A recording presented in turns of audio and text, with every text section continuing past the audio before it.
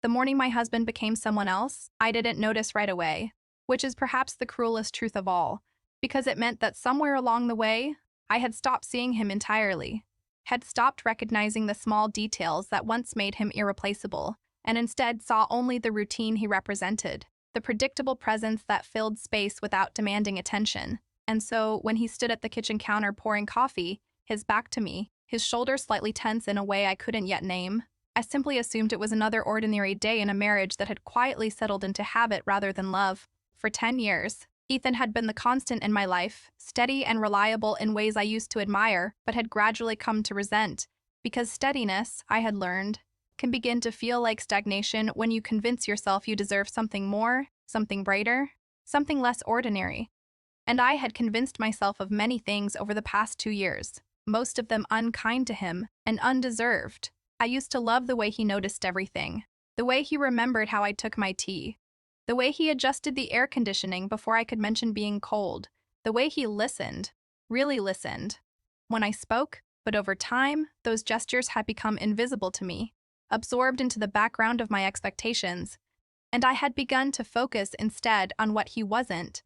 He wasn't ambitious enough, I told myself. He wasn't exciting. He wasn't the kind of man who surprised me anymore. And worst of all, he wasn't the version of him I had imagined he might become. That was how dissatisfaction begins, not with cruelty, but with comparison to fantasies, to strangers, to imagined lives that never existed except in your own restless mind. The swap began with a conversation, though I didn't know then it would be the last real conversation we would have as husband and wife in the way we had always been. We were invited to a dinner party hosted by my colleague Mira, the kind of woman who lived loudly and confidently, whose husband Daniel was everything Ethan was not. Charismatic, bold, unpredictable, and I had watched them together more times than I cared to admit, watched the way Daniel commanded attention, watched the way Mira laughed freely beside him, and somewhere inside me, a quiet resentment had taken root, not because Ethan had done anything wrong, but because he had done everything right, in a way that no longer impressed me. That night, at the dinner table, Mira suggested a game, something she called the swap, a harmless exercise, she claimed, where couples would switch partners temporarily for the evening, not physically, she clarified quickly, laughing, but emotionally, conversationally, stepping into different dynamics, seeing themselves through new perspectives, and everyone laughed, including me, because it sounded absurd and meaningless, and yet I agreed without hesitation, without looking at Ethan, without considering how he might feel. I spent the evening talking to Daniel, and he gave me attention in a way that felt intoxicating. He asked questions with intensity, maintained eye contact that made me feel seen, important, interesting, and I realized with a painful clarity how long it had been since I felt that way, and I blamed Ethan for that absence. Blamed him silently while he sat across the room speaking politely with Mira, his posture slightly stiff, his smile careful and restrained. When we drove home that night, the car was quiet, and Ethan kept his eyes on the road, his hands steady on the wheel, and after several minutes, he asked softly if I had enjoyed myself, and I answered honestly, yes. And I didn't notice the way his grip tightened slightly. Didn't notice the silence that followed. Didn't notice that something fragile had shifted between us. Over the following weeks, the swap continued in ways both subtle and profound, not as a game anymore, but as a perspective I couldn't unsee, and I began to compare Ethan constantly, measuring his quiet presence against the memory of Daniel's energy, finding him lacking in ways that were unfair but felt undeniable at the time. I became distant, critical, impatient, and Ethan noticed. Of course he noticed, because he always noticed everything, and he tried in ways I failed to appreciate then, bringing home flowers unexpectedly, suggesting we go out to dinner, asking if something was wrong, and each time I brushed him off gently but firmly, telling him I was just tired, just stressed, just distracted, never telling him the truth, that I had begun to imagine a life where he was no longer enough for me. The real swap, the irreversible one, happened on an ordinary Tuesday morning when he left for work without kissing me goodbye. A small omission, so unlike him that I felt its absence immediately, and I remember standing in the doorway watching him walk to his car without turning back, without his usual wave, and I felt something unfamiliar then. Not anger but unease, a quiet sense of loss I couldn't yet explain. That evening, he returned later than usual, and when he entered the house, he seemed different in ways I struggled to define. Not colder exactly, but more distant, more self-contained, as if something inside him had been quietly rearranged. And when I spoke, he listened politely, but without the deep attentiveness I had once taken for granted. And for the first time in our marriage, I felt what it was like to be the one not fully seen. Days passed, and the changes became more noticeable. He stopped anticipating my needs, stopped adjusting himself around me, stopped offering the small kindnesses that had once defined him. And I realized with growing discomfort how much of my comfort had been built on his constant consideration. He began spending more time outside the house, not suspiciously, but independently, as if rediscovering parts of himself that had existed before me.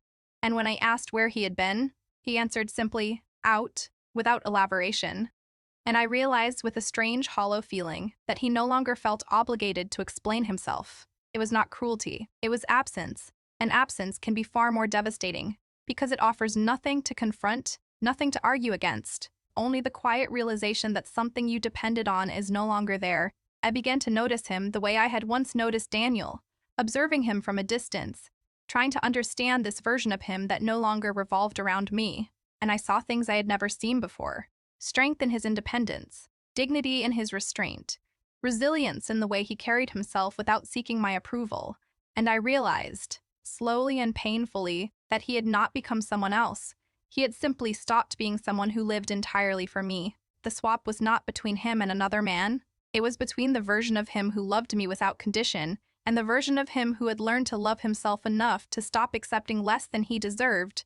And in that exchange, I found myself facing a truth I had spent years avoiding, that his value had never diminished, only my ability to see it had.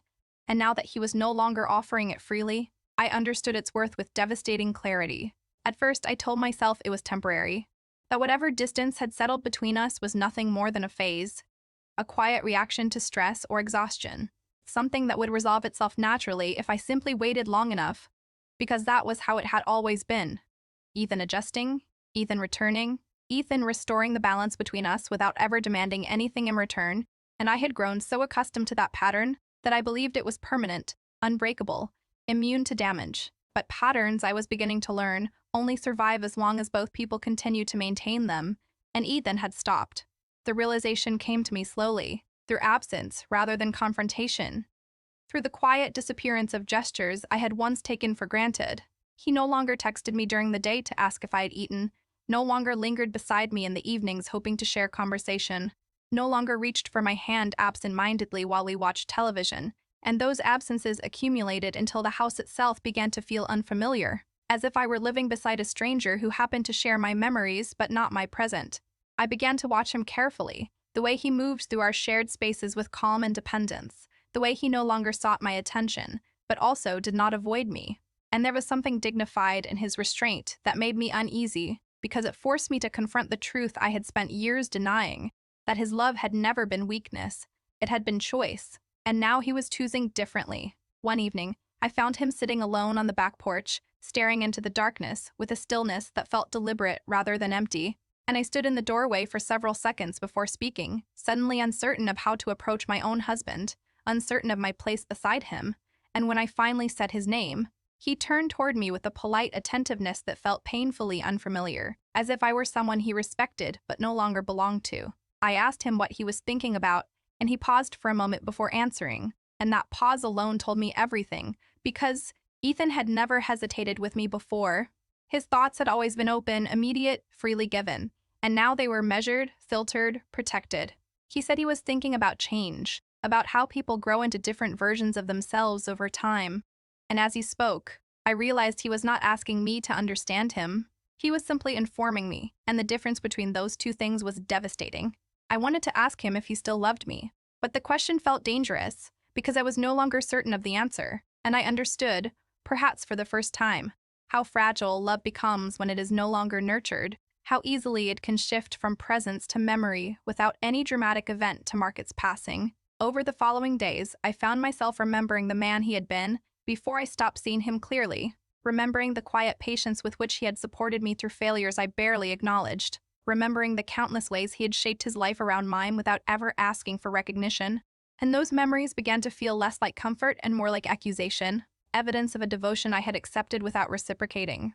I began to notice small details I had once ignored, the faint lines of exhaustion around his eyes, the subtle tension in his shoulders, the careful emotional distance he now maintained, and I wondered how long he had been carrying the weight of my indifference before finally setting it down.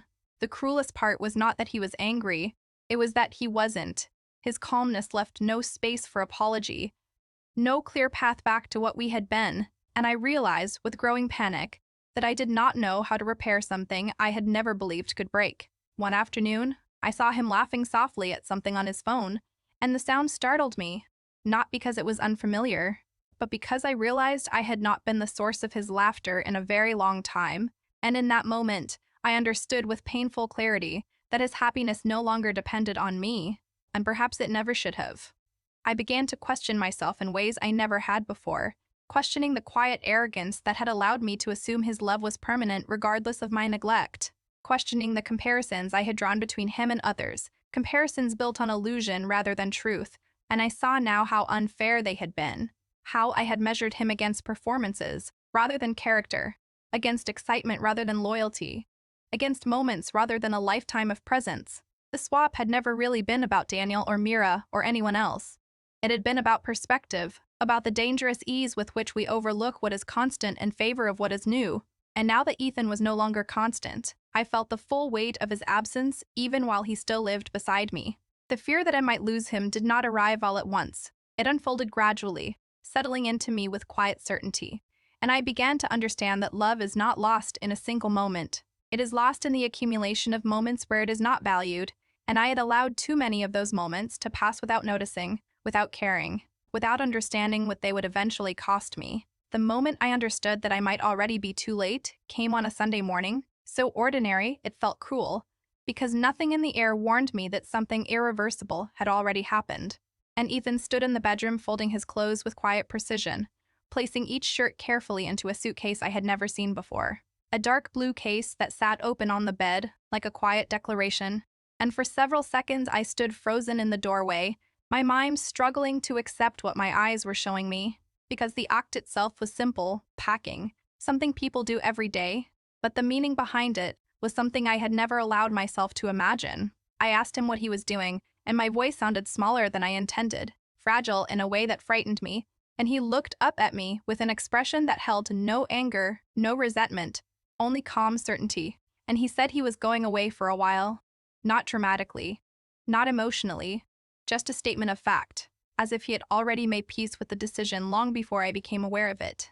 I asked him why, though part of me already knew the answer, and he paused, not because he didn't have one, but because he was choosing how much of the truth to give me, and in that moment I realized how many truths he had once offered freely that I had ignored or dismissed. He said he needed space, not from the house, but from the version of himself he had become inside it, and those words settled into me with devastating clarity, because I understood what he meant. He was not running from me, he was trying to find himself again. I wanted to tell him to stay, wanted to apologize, wanted to promise I would change, but the words felt insufficient against the quiet finality of his actions. And I realized with painful honesty that I had waited too long to recognize his value, had assumed his presence was permanent simply because it always had been.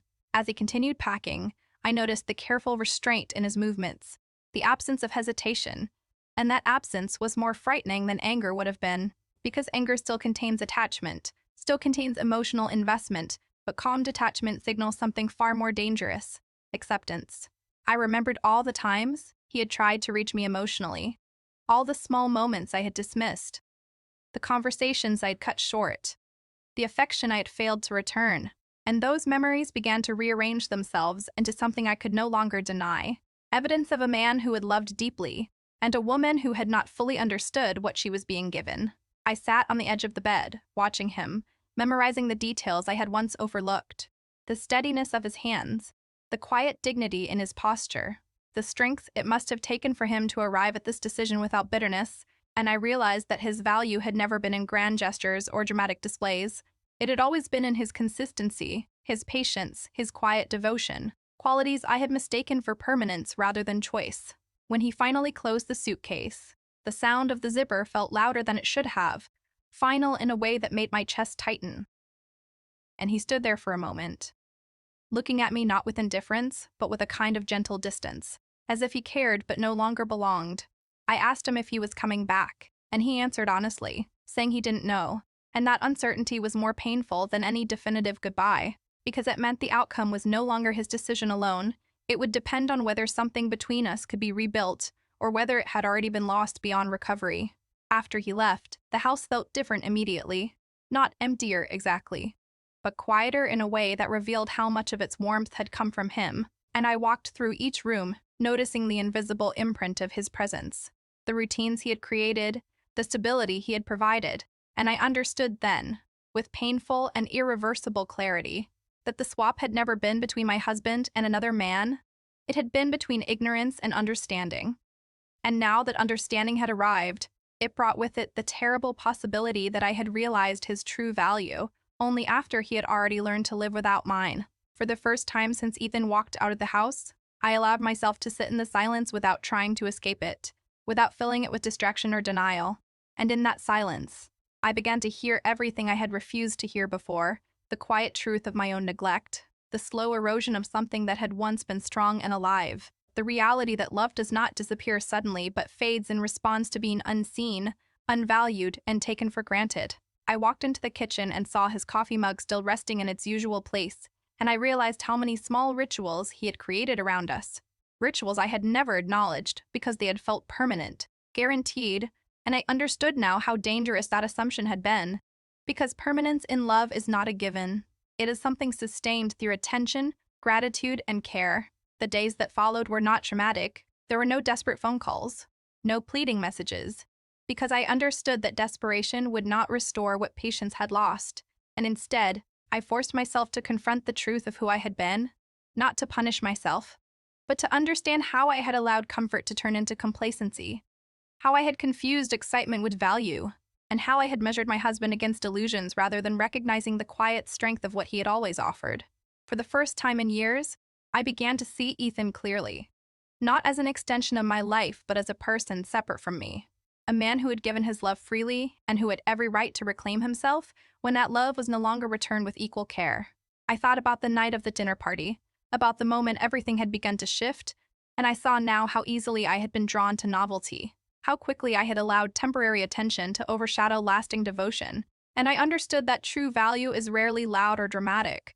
It exists in consistency, in reliability, in the quiet decision to remain present day after day. Weeks passed before I heard from him again, and when his name appeared on my phone, my heart raced with both hope and fear, because I knew that whatever he said would reflect not the man I remembered, but the man he had become without me. He asked if we could meet, and his message was simple, calm, and free of emotional weight, and when I agreed, I understood that this meeting would not be about convincing him to return. It would be about facing the truth honestly, whatever that truth might be. When I saw him again, he looked the same and different all at once, familiar in appearance but transformed in presence, more grounded, more self-assured.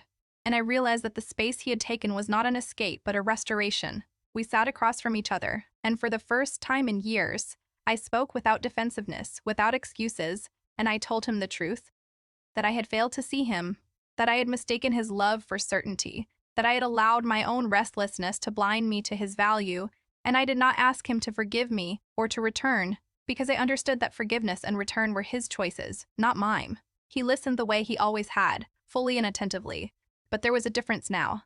His listening came from strength rather than obligation, and when he spoke, his words were gentle but honest. He said he had loved me deeply, but he had lost himself in that love, and leaving had forced him to rediscover his own worth, to understand that he deserved to be seen and valued in return.